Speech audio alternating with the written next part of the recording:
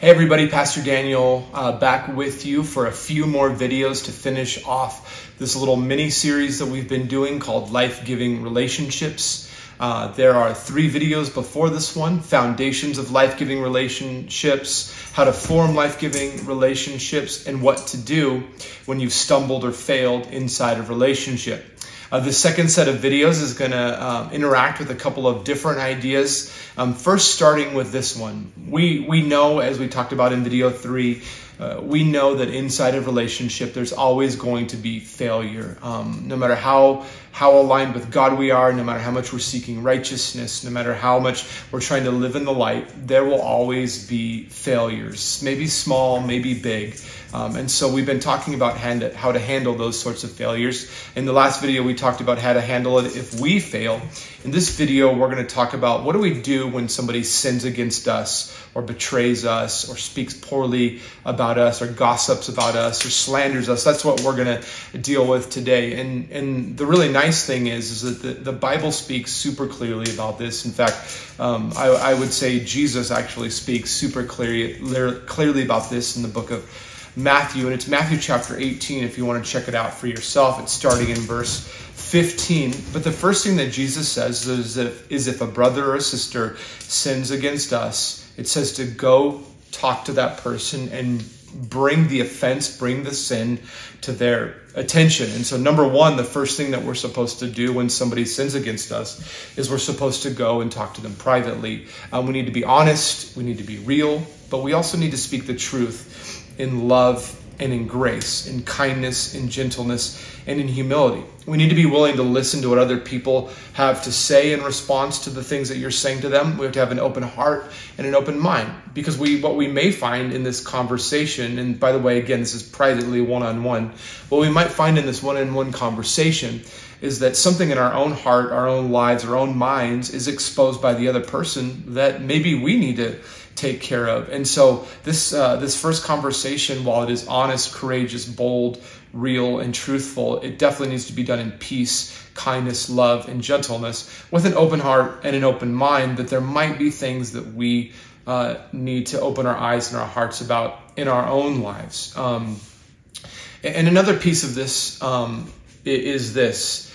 I think a lot of times when people hurt us or offend us, betray us, lie about us, whatever the word would be, I think a lot of times we have a tendency to do 2 things. Number one, just to cut off, right? Like, okay, this person hurt me, so they're no longer a part of my life. Or number 2, this person hurt me, but I'm not willing to have a hard moment with this person. I'm not willing to have a tense moment with this person and speak up about the truth. So instead, I'm just going to harbor this in my own heart, and it ends up causing us to be even more frustrated, even more upset, and maybe even causes us to go to a place of vengeance. And so one of the things I want to tell you is, within life-giving relationship, when someone has hurt you or sinned against you, and it's not something that you can forgive and let roll off your back, and you feel like you need to deal with it, is true love speaks.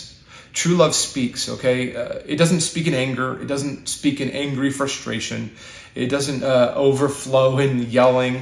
But what it does is it does speak. One of the things we have to remember is that though these tense moments can be extremely hard, sometimes the most loving thing we can do is call a loving brother or sister out on their transgressions and on their sin. And not because we want good things for us, not because we want an apology, not just because we want to feel better. Yes, we definitely want to reconcile the relationship, but really what our motivation here is to make sure that our brother or sister is right with God. That's our primary purpose here. And so though sometimes we choose to be quiet, oftentimes that's not the right response, not only for the relationship, but also between the person and God, because we want to see our brothers and sisters right with God. To allow a friend, a beloved brother or sister in Christ, to continue in sin, it's typically not an act of love. It's typically an act of enablement. And so being silent usually is not an act of love. We need to talk privately, and we need to speak up about the truth. And so the question is, what if they don't respond well to us in that situation? What if we talk one-on-one and they're not willing to make the wrong Right. And first, let me say this. I think as believers, if we go to another believer and we're willing to open up about offense, hurt, sin, I think 99% of the time, you'll be able to resolve your issue with the other person in step number one, talk privately. Like, I think 99% of problems can be dealt with if we're just willing to have an honest conversation with our brother and sister. But if we don't, what's step number two? Well, Matthew 18:16 says, if that brother or sister won't listen, if they won't respond, then it says to take a couple of people with you. Take a couple of believers with you. So what you're doing is you're intervening in the life of someone else with a small group of believers. And that's important. They do need to be believers. Everyone here has to be on the same page. Remember, going back to the first video about foundations, it's important that we're all in the same place when it comes to values and biblical understanding and where we're going with our lives. And so, when we're intervening with a small group of people in someone else's life, all of those people do need to be believers. I chose to use the word here, intervene, rather than confront, because I believe this is more of God's heart.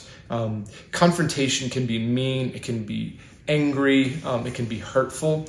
Intervening in someone's life is much more the heart of God. Like we're coming in and being a part of their life. We're asking them questions, we're telling them the truth, and we're being real and we're being honest, but it's still with an attitude of grace. It's still with an attitude of love, and it's with the heart of reconciliation between us and them and between them and God. And so I'd say throw away that word confrontation, because confrontation feels like this, where an intervention is open-hearted, it's open-minded, it's truthful, it's courageous, it's bold. It may even be a step stronger, right, than the first one, but it's still in love, and it's still absolutely in grace. And the second piece of this in step number two, and really it ties into step number one as well, is we need to be, as believers, we need to be peacemakers, not peacekeepers. In Matthew 5:9,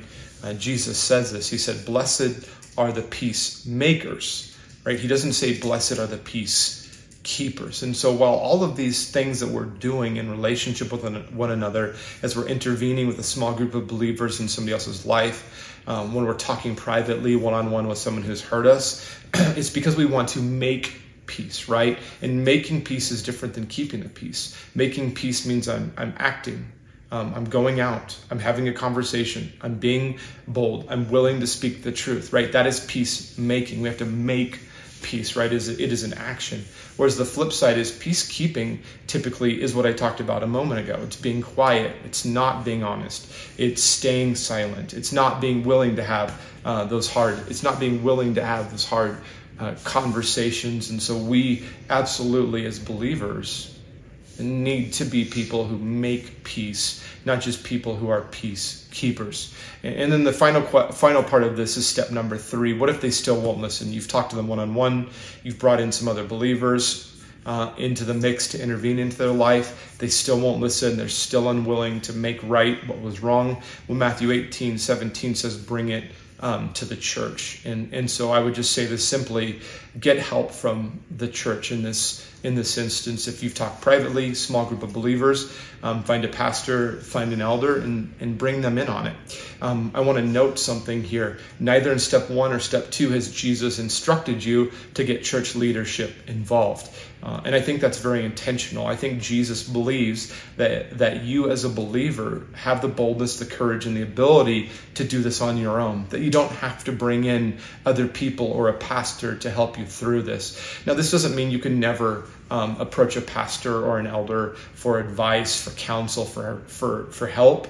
But it does mean that Jesus believes that you can do this by yourself. Like, you can at least get the process started. And so I would say most often don't bring a pastor or an elder into it until you've gotten to step number three, because Jesus says, do this one-on-one. Do it with a small group of believers. And then he says in Matthew 18:17, he says, bring the church in on it. And then what the church will do is, the church will just start over with Matthew 18:15, if you're curious. Like, when you come to the church and say, hey, I've got this brother or sister that has hurt me or has sinned against me, and they just won't respond. And I've done Matthew 18:15, and I've done Matthew 18:16. Can the church help? And the answer is yes. And the church will start by approaching the person one-on-one, likely with just one pastor.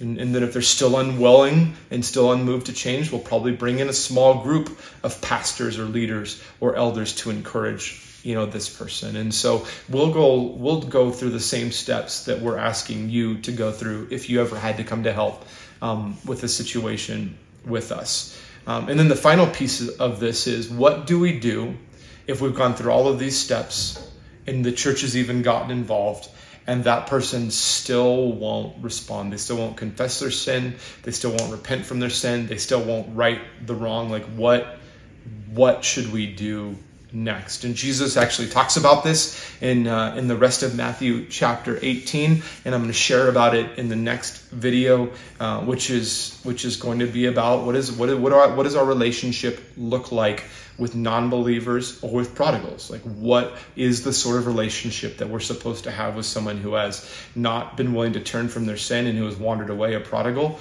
or someone who's never believed in to begin with? So that'll be in the next video. I hope you'll take a look at that one when it comes out next.